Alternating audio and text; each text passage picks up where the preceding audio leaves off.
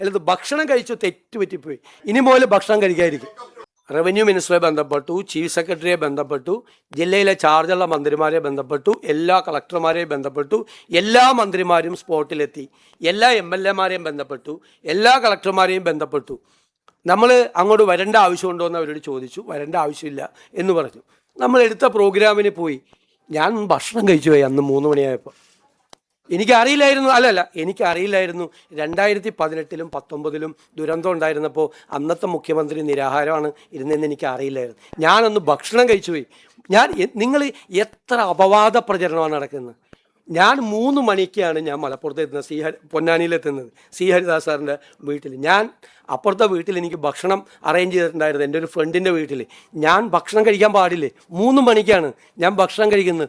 എന്ത് തെറ്റാണ്, എന്തൊരു അപവാദ പ്രചരണം, എന്തൊരു ഹീനമായ അപവാദ പ്രചരണമാണ് നടക്കുന്നത്.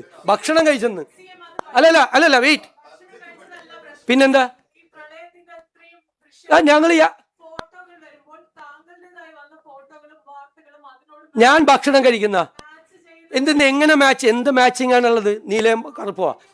നിങ്ങളെന്താ ഒരു ഭക്ഷണം കഴിക്കുന്നത് ഫോട്ടോ എടുത്ത് പുറത്തു കൊടുത്തതിന് നിങ്ങൾ എന്താ ഔചിത്യമുള്ള നിങ്ങളുടെ ചോദ്യത്തിൽ? അല്ലത് ഭക്ഷണം കഴിച്ചു തെറ്റുപറ്റിപ്പോയി, ഇനി മുതൽ ഭക്ഷണം കഴിക്കാതിരിക്കും.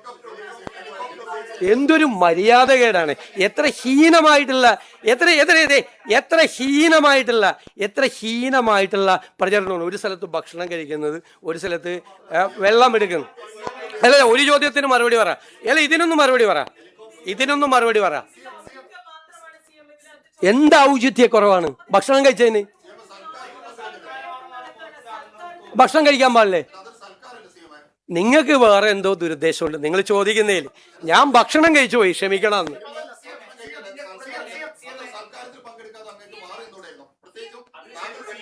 ഞാൻ സൽക്കാരത്തിലല്ല പോയത്, എനിക്ക് ഭക്ഷണം കഴിക്കാനാണ് പോയത്.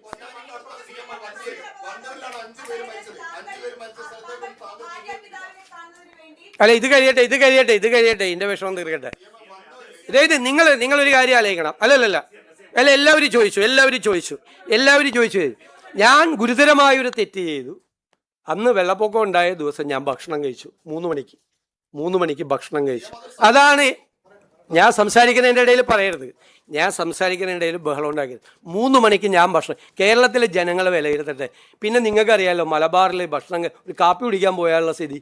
മലബാറിലെ ഏതെങ്കിലും വീട്ടിലൊരു കാപ്പി കുടി, അവർ ഈ വെള്ളപ്പൊക്കം എന്ന് പറഞ്ഞിട്ടല്ല, ഞാനന്ന് വരുമെന്ന് പറഞ്ഞു, ഞാനന്ന് ഹരിദാസേട്ടൻ്റെ വീട്ടിൽ പോകുമെന്ന് പറഞ്ഞു. അപ്പോൾ അടുത്ത വീട്ടിൽ ഭക്ഷണം കഴിക്കണമെന്ന് പറഞ്ഞു. ആ വീട്ടുകാർ മുഴുവൻ ഭക്ഷണം കഴിക്കാതെ 3 മണി വരെ എന്നെ കാത്തിരിക്കുക. ഞാൻ 3 മണിക്കാണ് എത്തിയത്. ഇതിൻ്റെ താമസവും കാര്യങ്ങളും ഓൺ ദ വേയിൽ മുഴുവൻ എല്ലാവരുമായിട്ട് ബന്ധപ്പെട്ടുകൊണ്ട് കംപ്ലീറ്റ് ഇരിക്കുകയാണ്. പിന്നീട് മലബാറിലായിരിക്കും പ്രശ്നമെന്ന് പറഞ്ഞു. മലബാറിലെ കളക്ടർമാരെ മുഴുവൻ എല്ലാ ഉദ്യോഗസ്ഥന്മാരെ ബന്ധപ്പെട്ടുകൊണ്ടിരിക്കും. നിങ്ങൾക്കൊന്നും പറയാനില്ലാത്തത് കൊണ്ട് നിങ്ങൾ ഒരാൾ മുഖ്യമന്ത്രിക്ക് ഭക്ഷണം കഴിക്കാൻ പാടില്ല എന്ന് എനിക്ക് ഇപ്പോഴാണ് മനസ്സിലായത്. ഇനി എങ്ങോട്ടെന്നും ഈ മുഖം തന്നെ കാണണമെന്ന് ഉറപ്പാണ്. 100%.